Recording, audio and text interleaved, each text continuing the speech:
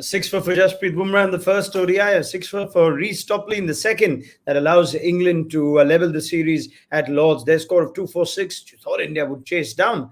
Looking at how the first ODI went at halftime, was 100 too many, and it makes for a cracking decider on Sunday. Now we look back at a game where India's batting collapsed as against England's in the first on ESPN Cricket for Matchday with Ashley Giles and Wasim Jaffer. So let's start with Ashley to ask him to sum up what sort of one-day game this was. Was it one where Reece Topley's bowled the spell of his life and taken his side to victory, or shall we go back to the first innings and think England got more than they should have?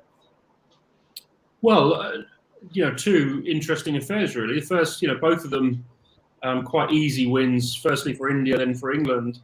Quite disappointing viewing from a modern one-day game perspective. But England will be much happier coming out of that.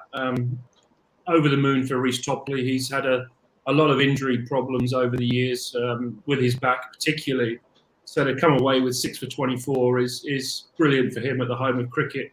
Who would have thought at half-time? But the pitch looked interesting, more interesting than I thought it might do. A little bit too paced, and difficult at times, and probably a few differences in the game that we'll discuss. But it was nice for England to perhaps get a start where they haven't in many of the games, the white ball games so far, both T20 and the first ODI. Bairstow and Roy at least got them off to a start, which probably settled some of the nerves. Okay, interesting. But I guess the severe blow was dealt was him with India's top order, 4 for 31 at one stage, 5 for 73 at another. We thought Topley and Willie weren't getting anything in the first ODI. What happened today? How much of it was conditions? Why did India's top order collapse? Well, I think they came out probably, a little bit, in a timid way. I wouldn't say they were complacent, but, playing 4 maidens, and that intent probably was missing at the start. They didn't come out, hitting the ground running. And then we all know that, Rohit Sharma struggles against left-arm seamers when the ball swings. I mean, Reece Topley bowled really well. Even the shot before that he got out, that swing, which he wanted to do before he got out. I think that was a lose as well. Very unlike batting display. Shikhar Dhawan again didn't look, even though he got not out in the first game, but he still looks rusty. He hasn't found his touch because he hasn't played a lot of cricket. Virat Kohli again, looked good, but the teams keep bowling there all the time, and he needs to understand that he needs to, especially those lengths, where he can't get runs off. I think he needs to understand that anything short, he's okay. He can dab it to third man. Anything full is fine as well. But those deliveries, I think he needs to, understand that he needs to leave it. Very unlike display. I mean, Rishabh Pant probably, very unfortunate dismissal. But yeah, batting should have been better. 247, you'll any day take it bowling first. I thought India bowled really well, even today. But the batting let India down, I think. Yeah, I mean, Wasim starts with the intent with which India's openers started, Ashley, especially in the back of how they gunned down a low score in the first game. Did that play into England's hands? The fact that Rohit and Shikhar didn't look like they were in a hurry to chase 2 for 4? Yeah, well, for me, actually, the result was different, but it wasn't dissimilar perhaps from 3 years ago, World Cup final. A low first innings score, the side batting second, in that case, was England. And I think in that game, we started quite timidly, because I think sometimes when you're chasing 246 in the modern game, you've got loads of time. You don't have to rush. So you can get yourself in, you can see off the early overs. And sometimes that can just dig a hole for you, rather than, as Wasim said, go out and play with that intent. Someone take the game by the scruff of the neck. We know 3 years ago, Ben Stokes did that for England late on in the game, but today it really needed someone in an Indian shirt to do that early in the order. We go back to the first innings, though. Wasim says India did a great job by restricting England to 246. A couple of catches and maybe it could have been even lesser. How do you assess England's batting in the second game, Ashley? England's batting, I thought I thought they, shouldn't say we anymore, should I? I thought they got off to a good start. I think Roy would have been disappointed with the way he got out. That little flick, you could say you're unlucky, but when there's one man out there and you're picking up that ball going down the leg side, you know there's a chance of getting caught down there. I thought Bairstow started to show some of what we saw during the recent Test series against India and New Zealand. 38 and run a ball, started to look in good touch. But England, even when they lost wickets, they continued to pressurise throughout the innings. Now, saying that, there was a really key moment that I think we should talk about, and that's the drop catch of Willie. And that plays a number of parts, really. Firstly, he was on one, and he goes on to get 40 odd at close to a run a ball. That partnership with Moeen was quite early on, and they were just scratching around a little bit. And then, I don't think anyone can underestimate the confidence that gives you going into the second innings when you individually have played that role in that partnership, and as a team you've managed to get to a score that you might better defend. And I thought both Willie and Tockley up front then, carried that momentum on into India's batting. So I think that was a really crucial moment in the game. Okay, we would have loved to spend more time on Yuzvendra Chahal, bowled brilliantly today, but England in India have lost by 100. So maybe we'll save this when we look at the third ODI and preview it. Wasim, we must talk a bit about Virat Kohli though, as a result of how his story seems to be unfolding. I know it's almost on repeat here, but every innings seems to just add to the burden on the Kohli issue. Rohit Sharma has come out in support of him. He's only going to have one more innings in this ODI series. He's part of a number of players that have been rested for the West Indies T20. There's all sorts of speculation, whether in Kohli's case it's rest or omission or exclusion. I just wonder with every innings whether the story just gets more and more difficult for Virat Kohli, who we thought in these situations should have had the best possible chance to get back into form or get India over the line. I think so. I think today was the day. There was no pressure on the run rate. Wicket was pretty good. He was batting in the second half, started really well. But that's been the case almost for the 2 years that he hasn't scored 100. He is always, bats really well. But he needs to understand, like I said before, that teams are going to target that fifth and sixth stump, and they'll keep bowling there. He needs to find a way. If you look at the pitch map, there's hardly any balls that has been bowled on the stumps. So he needs to find a way. And especially those deliveries where he can't score runs off. Whether he needs to play, he needs to understand that. Like I said, anything full or even short, he gets runs on the third man. He can drive, but those deliveries, I think he needs to avoid. And like you said, every inning is going to pile up pressure on him and probably put doubts in him as well. Because people keep reminding him. I'm sure it adds up on him.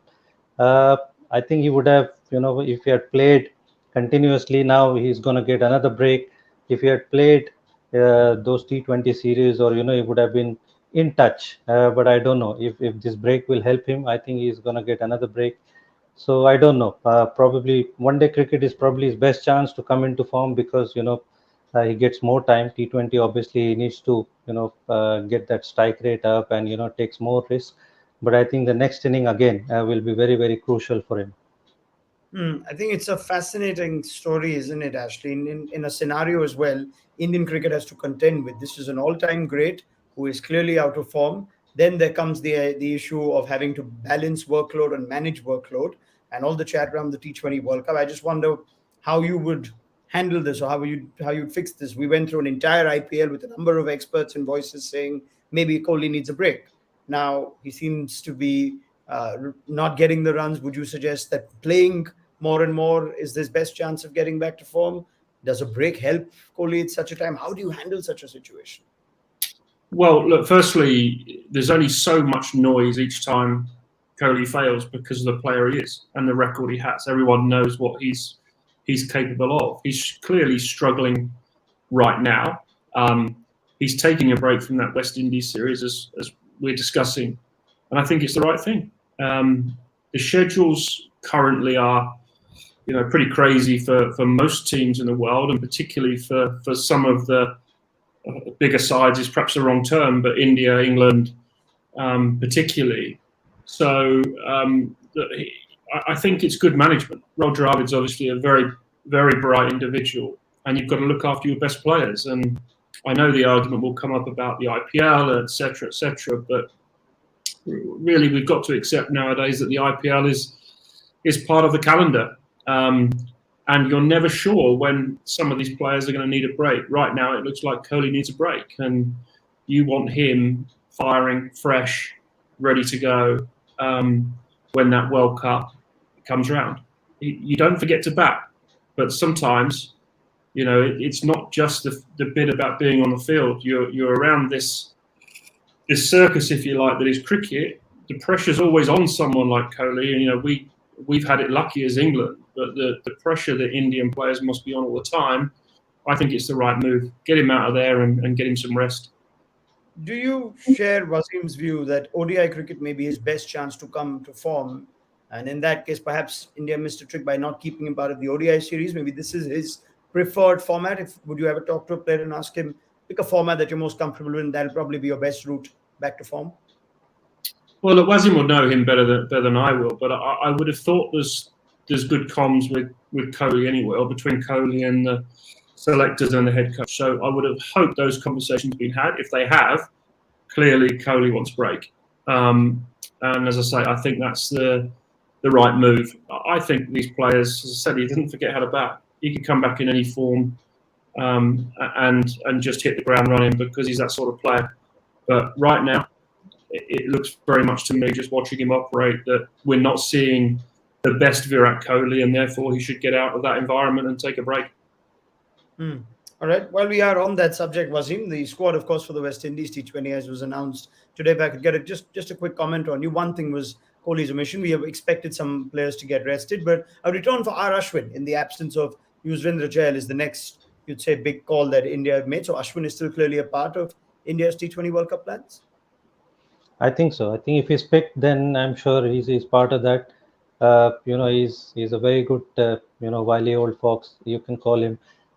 He's got a lot of tricks. He can bowl in the power play. We all know he can bowl in the middle. So yeah, I mean, he's definitely part of that plan. That's why he's been picked. Otherwise, they wouldn't have picked him. All right. Let's look ahead to the final ODI now. What's it going to take for one of these games to come up with a nail biter? We referenced Lords and the final of the World Cup. Actually, we're not getting those sorts of games in this series.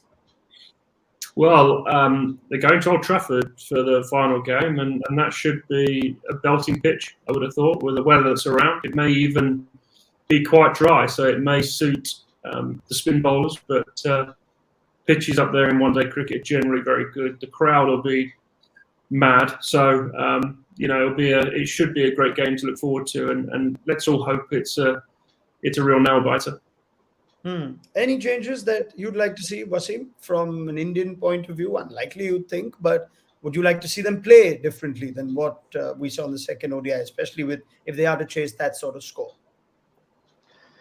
Well, yeah, obviously, Shikhar Dhawan needs to come good. Virat Kohli again. The top. I mean, in one-day cricket, the top four needs to bat at least 30-35 overs. They set the tone. If that doesn't happen, then you find yourself in a problem. India doesn't have a long batting like England. England have got somebody batting at 7 and 8, and they can contribute like Billy, Moeen, and all that. But India doesn't have that. When you play Prasidh Krishna, the tail is going to be long. So whether they want to go with Shardul Thakur, you don't know. If you see the bowling card, Prasidh Krishna is the only one who went over the 5 run rate, dropped a catch, but that shouldn't be the case for dropping him, but just to stabilize the batting. But other than that, I won't see much change. Just India need to play better.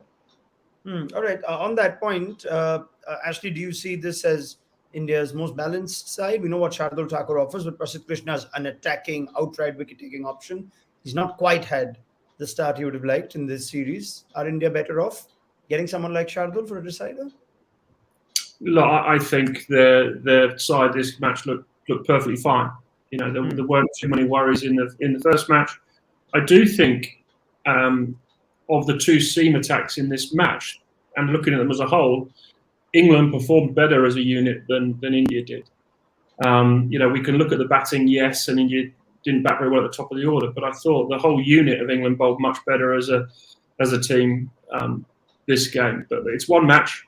I said last game, England will probably go, well, let's forget that and reload. I'm banking that's probably be something close to what India will do, and they'll come out swinging, I guess, in Manchester. I mean, if you look at the T20s, 0, 4, 18, 30, and 4 now for Jos Buttler, is it at all an area of concern for the form for England's new white ball captain, Ashley? Well, it's always a concern when one of your best players isn't scoring runs, and if that player's your captain, yeah, maybe added concern. But Jos will be most happy with getting that win under their belts and it being 1-1 going up the road to Manchester. So, his first thought and only thought is team first and what he needs to do for the team.